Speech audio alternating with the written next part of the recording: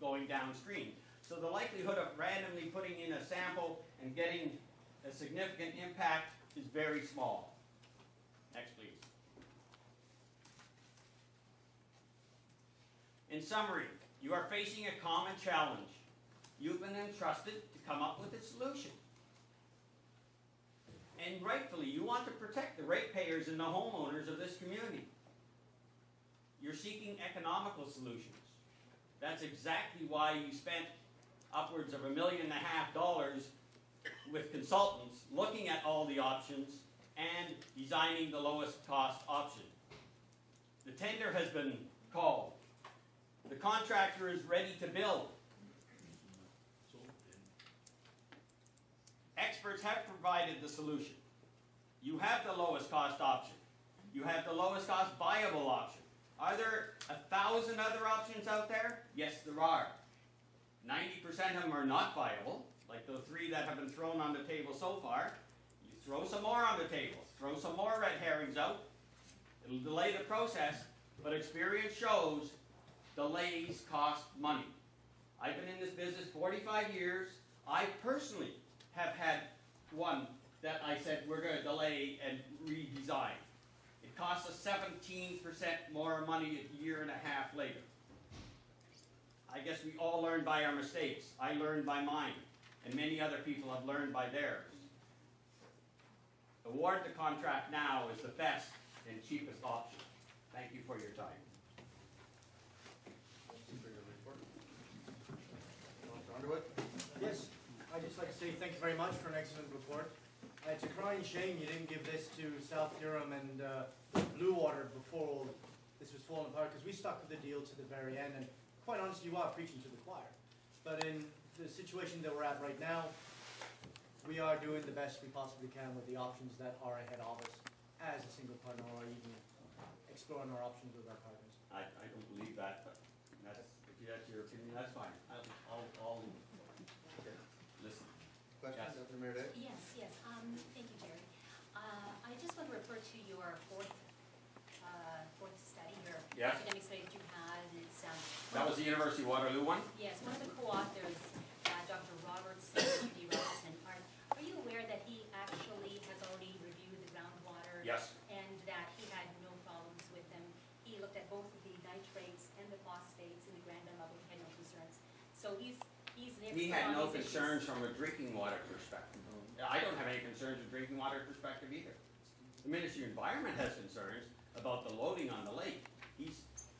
Robertson was talking about concentrations related to drinking water, and there are no concerns. I'm in full agreement with that. But Chris Hutt and the Ministry of Environment are concerned about that pile of nitrate fertilizer that I showed you on the picture going into the lake every year. And in fact, if you look at Robertson's paper, you might also note that in conclusion, he says, and I would not have anticipated this, because I've always said phosphates remain immobilized in the soil. He says, and I quote, "The mobility of the phosphate plume at this site suggests that septic systems can be significant contributors to phosphate to nearby surface water bodies. These observations suggest that over time, the capacity of the soils to attenuate septic system phosphate can be consumed, allowing phosphate to advance at a slow but potentially significant rate." What he's saying is that phosphate, it gets caught in these sandy soils, but that front moves gradually towards the lake, and eventually it's going to get there. It may take 100 years, and we've heard that from other people that have, I think Golder said something to that effect. It may take 100 years, but that phosphate is going to get to the lake, and as long as we keep putting it in there, 100 years from now, it's going to keep coming out. Now's the time to stop putting it in for our grandchildren and our great-grandchildren. Follow-up? Yes, just on the levels, as I understand it from Golder and things, that there was only one well that had an elevated nitrate level, and all the rest Surprising were, we found any. Yeah, but It's there was one surprising that you is found well within the Ontario drinking water Yeah, standards, they are. and it's not a risk, it's not a... It's not a health risk it's not a at health all. risk. No health risk at all. No, it's not a drinking water issue. Ministry said that too. It's not a drinking water issue. It's an issue of pounds of nitrate putting in the lake every year, and that barely represented the pounds. It's like 5 dump truck loads, and if you think that's a good idea, I'd like to see you justify it. Councillor Elman? No, just to thank you, Jerry, for the presentation and for reviewing some of those facts. Unfortunately, council didn't have the opportunity to really review the 3 reports from Dr. Robinson, Dr. Robertson, and Dr. Brandfire, and I believe we have given those over to the ad hoc committee, so I would certainly hope that through the mayor, we can forward your report to the ad hoc committee as well. As you may know, council at our last meeting, we have supported moving forward and working very hard to save the dollars in some way, shape, or form. But we thank you for the presentation. I can assure you that your lowest cost option is going to be go crawling on your knees to the contractor and ask him to hold his bid. That's Thank you. Thank you. Councillor Lonsdale? Yeah, just before you go, Jerry. Sure. I just had a few questions here. Yeah. Have you ever accepted any remuneration from Siemens?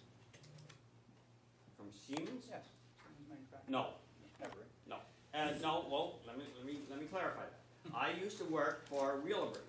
Okay. Wheelabrator was sold to US, well, I sold my company to Wheelabrator. Wheelabrator sold it to US Filter. US Filter had equipment and operations. I was in the operations group. When US Filter broke up, Siemens was the equipment side of it.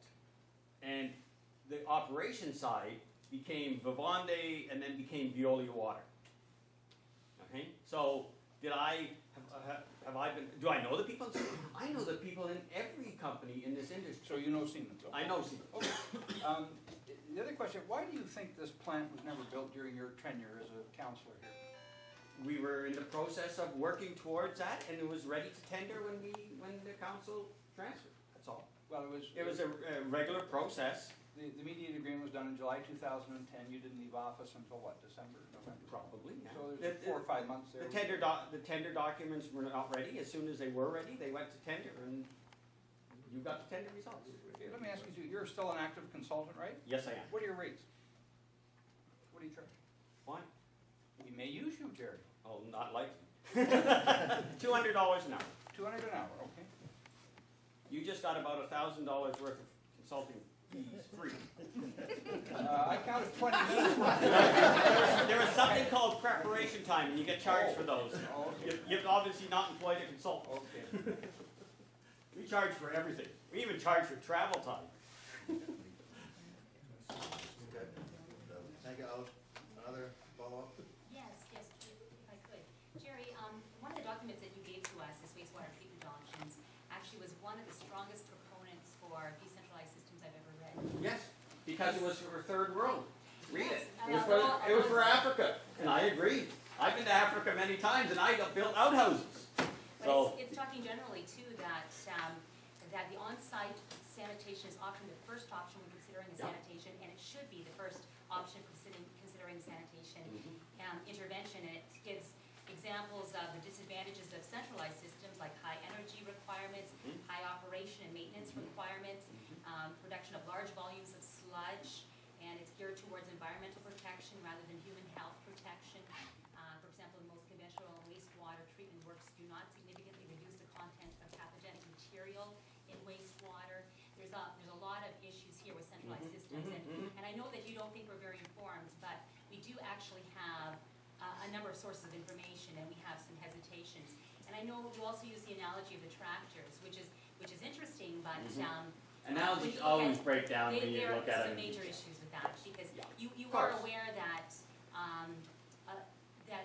our last large area for development in the Grand Bend area is South Bend Estates, and it already has allocation in the lagoons, and we currently, the lagoons use less than 800 cubic meters currently, and a large sewage treatment facility would be 4,656 cubic meters. So we're talking almost 4,000 extra cubic meters. So we have to talk in terms of the zone 3 and 4. At the same time, we're talking about the sewage treatment facility, and you may be an expert on the environmental issues, but I'm not sure that you're an expert on the